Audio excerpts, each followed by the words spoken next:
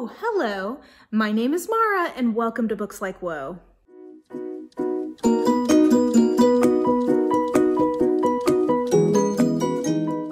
So we've got a hot take video for you guys today. And actually this is the first of two videos because on beauty YouTube, there has been a popular type of video going around of beauty YouTubers reacting to their followers' unpopular opinions about makeup.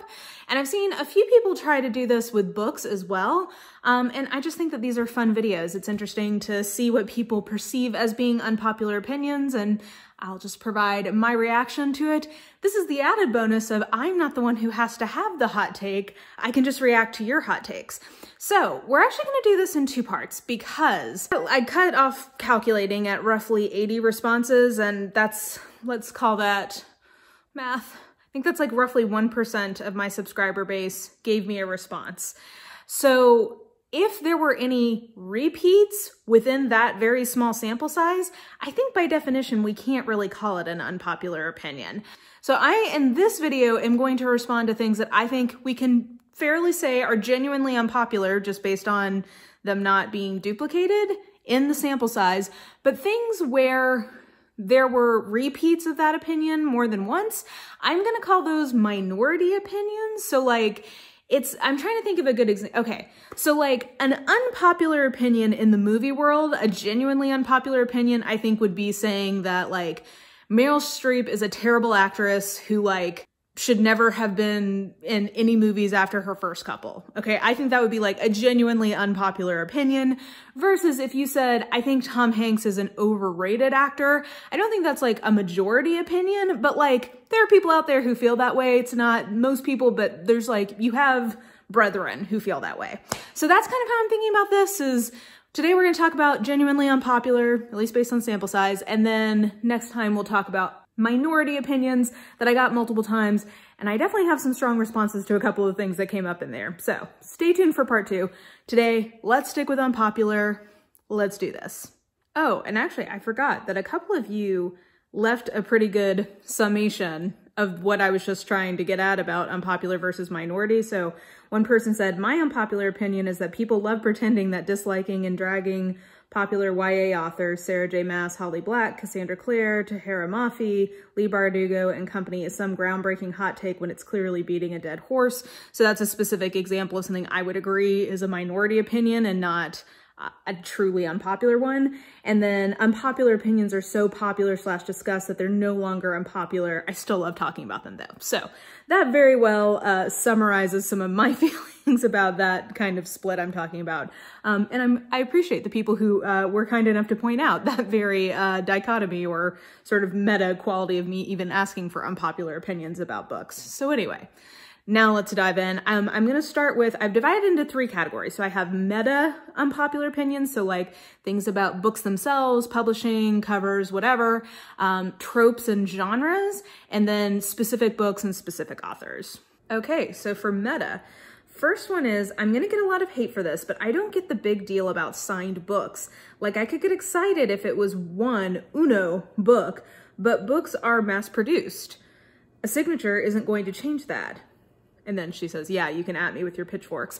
I actually really agree with this. So I think that there's this perception that signed books add value to a book. And while there are some scenarios where that's the case, by and large, that's not true. I think you can really figure this out if you frequent a used bookstore. They're not charging more for signed books for most books.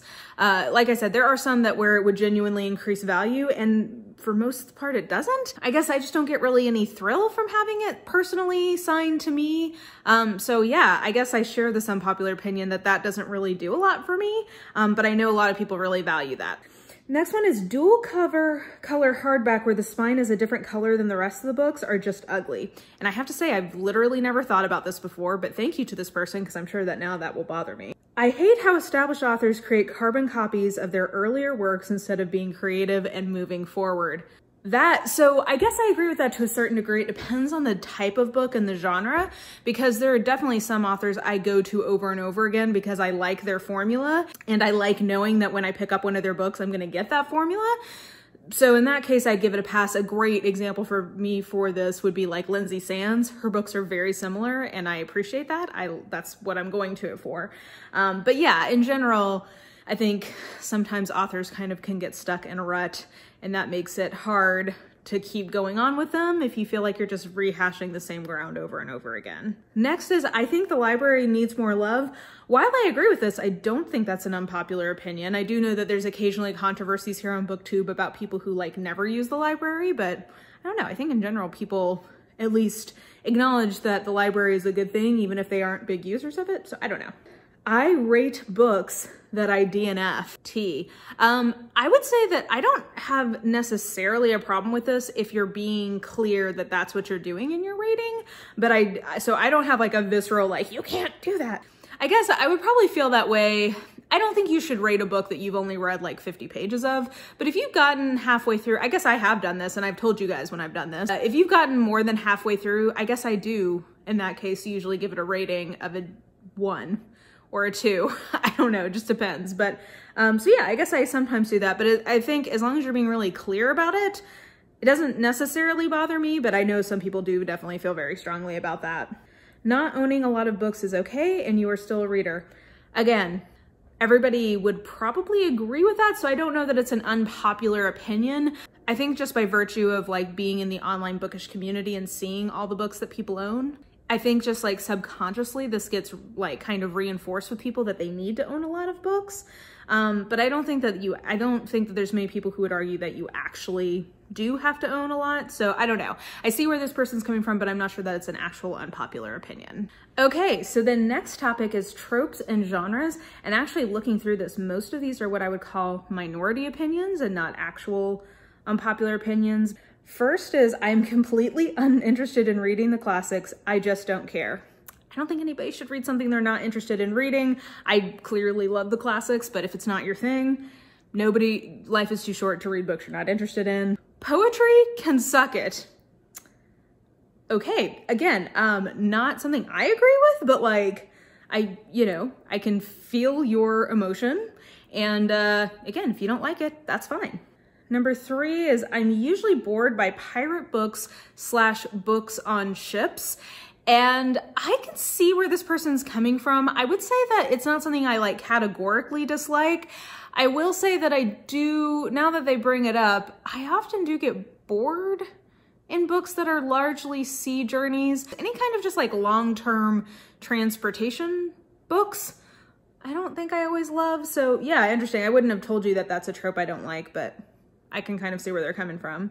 And then last, all reading is good. We all have different tastes. No genre is better or worse than any other. Again, I don't know that this is really an unpopular opinion in terms of like what we would all say or most people would say. There would be some people who would disagree with this based on some of the minority opinions, which we will get to in the next video. But I take this person's point of like, I definitely, people have different judgments about different genres. And yeah, I don't know. Like, I think we're all allowed to have, I guess the way I feel about it is we're all allowed to have personal taste. Where I get uncomfortable is when people start projecting judgment along with that taste, because I think there's very few books or genres, like it's hard pressed for me to think of them where I'm just like, if you like this, you're bad or dumb. So I don't know. We'll get to that in part 2. But anyway, I take this person's point. I don't know that like the text of this opinion is that unpopular, but fair enough. So then we get to the biggest category, which is specific books and authors. So I'm just gonna try to get through this pretty rapid fire, and I'll just give you my blunt take on this. My hot take is that Coraline is the only good book that Neil Gaiman has ever written. I have not yet read Neil Gaiman. Shh, don't tell. So I have no reaction to this. I will say Coraline doesn't appeal to me. So if that's the only good book that he's written, I'm SOL.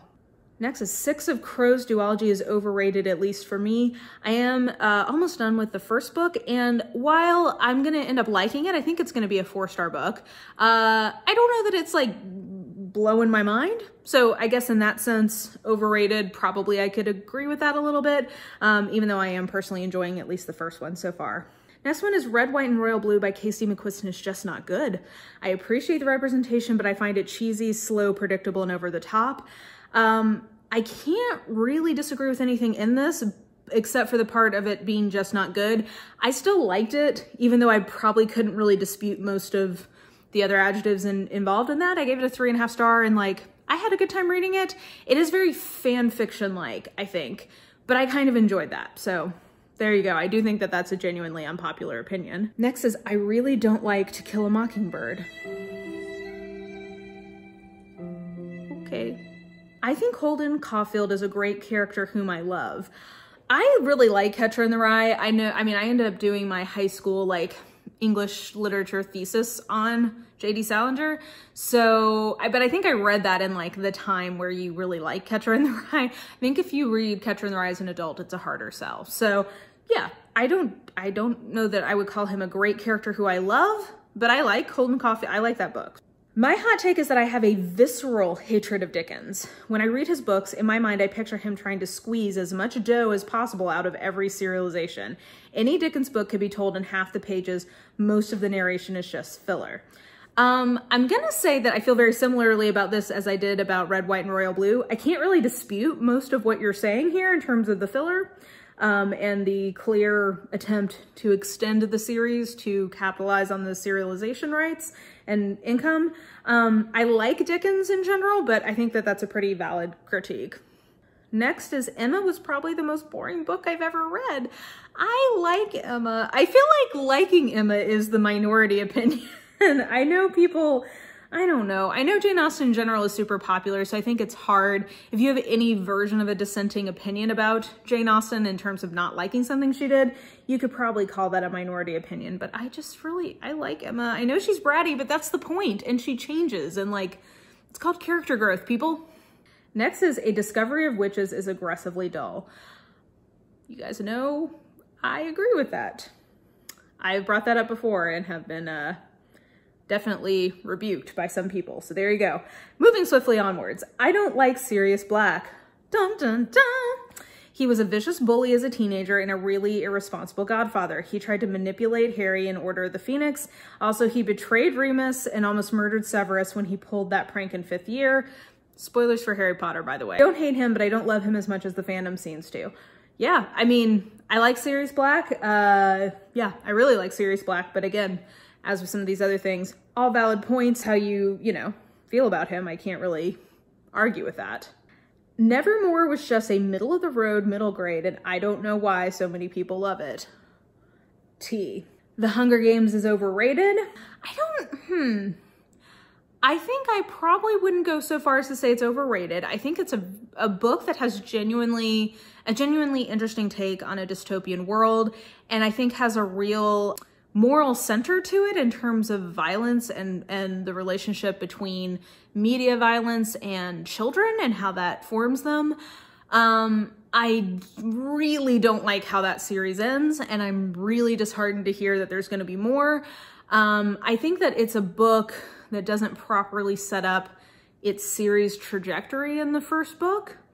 So I have critiques of The Hunger Games. I don't know that I would go so far as to call it overrated, but I can hear that. I hated Daisy Jones and the Six as one, and then the next one is The Seven Husbands of Evelyn Hugo is overrated. I've read neither of these books, so I have no opinion. But yeah, I definitely think those qualify as unpopular opinions because like BookTube is obsessed with Taylor Jenkins Reid. Next is Agatha Christie novels are best in audio form. I think that's a great opinion. It's probably is an unpopular one, but yeah, Agatha Christie as audio is like one of my main recommendations of how people can get into her stuff. I didn't like Lincoln in the Bardo and can't see why it won the Booker. Well, I own that book now, so hopefully at some point I'll be able to decide if I agree with that. I do really like George Saunders' short stories, so we'll see. Next is I don't like The Little Prince. I have no idea why people are okay with children committing suicide. Yeah, I mean, I think in that book, that topic is handled very metaphorically. So I think that's really probably why that hasn't been a problem with that book as it's aged. But like, I take that point. That's, I think, fair enough. Next is The Night Manager by John le Carré is the only book I find the TV series more appealing for. I've not read any John le Carré yet. I may read his new novel. It sounds really interesting to me. I think it's called Agent Running in the Field, but not read his stuff yet. There are definitely some things where I prefer the adaptation over the source material though, so I think that's fair enough. Next is I hated the book You. I haven't read it. Let's actually just go through like a series of these I've not read. I hated The Immortalist by Chloe Benjamin. Haven't read it. I hated My Sister the Serial Killer by Okinya Braithwaite. Haven't read that one yet. It is on my TBR. Caraval is just the worst. I haven't read it. Will never read it. Doesn't seem like a book for me, but I don't know how I feel about that. And then I absolutely hated A Monster Calls. Haven't read it. Don't know. So those are all the ones I haven't read, so I have no specific reaction for. Next is an overrated opinion that I think at this point I would say I probably agree with, and that is V.E. Schwab is overrated. And I think the key word there is overrated because I don't think V.E. Schwab is bad. I am slightly confused by the effusiveness of the praise that seems to surround her pretty uniformly. It seems like people tend to have books of hers that they don't like, but no one's ever willing to just say like, I don't like her stuff. And I'm not totally sure why that is. Anyway, I need to read more from her because I've really only read the Shades of London series. And I have a couple of her other books. I tried reading Vicious and couldn't, like, I had to put it aside because I wasn't in the right mood for it. So I don't know. I think I may agree with that, but I probably need to read a little bit more of her to firmly stand in that unpopular opinion. The next is The Fault in Our Stars isn't the worst, but it's still very bad. Yeah, I agree with that. So I've talked about this before. I really resent sick lit as a genre in YA. That's my unpopular opinion. And then finally, Down Among the Sticks and Bones was redundant and annoying. Okay, well, I just love Jack. That's the thing. Jack is so great. I love Jack. I don't really like the beginning of that book because I feel like it's very on the nose and very moralizing in a way that's not interesting. Like it's basically very similar to sort of bringing things all back around here. Very similarly to the kind of whole idea I was introducing at the beginning of this video where I think we have things sometimes that are posed as unpopular, but are actually not that unpopular. I feel like all of the stuff that Shauna Maguire was saying about parenting is very true and may have been unpopular 50 years ago, but I think was sort of like preaching to the choir and just didn't feel necessary. So in that respect, I guess I can get down with that. But I love Jack and I'm so glad. I think the next one is all about Jack and Jill again. So like excited for that. Okay, so that will do it for what I'm calling the genuinely unpopular opinions. And next time we will talk about minority opinions. And that one's gonna have more piping hot tea because you guys had some pointed takes and I have some thoughts. So stay tuned for part 2 coming up here in the next couple weeks. But for now, feel free to let me know how you felt about some of these unpopular opinions. Did you feel like these are genuinely unpopular ones? Were there any ones that you think are not that unpopular? Let me know in the comments. And yeah, thanks for everybody for responding to this. I didn't want to cite these to specific people because I didn't feel like I made that clear when I asked the question on my platform, so that's what I was going to do. But thank you. I appreciate everybody for responding, and I hope I've anonymized these enough that we're good. And yeah, I hope you guys enjoyed the video. If you did, please like, subscribe, follow me on the social medias if you are so inclined. I have all that information listed in the description box below, and I think that will do it. I hope you're having an absolutely lovely day, and I will just talk to you soon. Bye!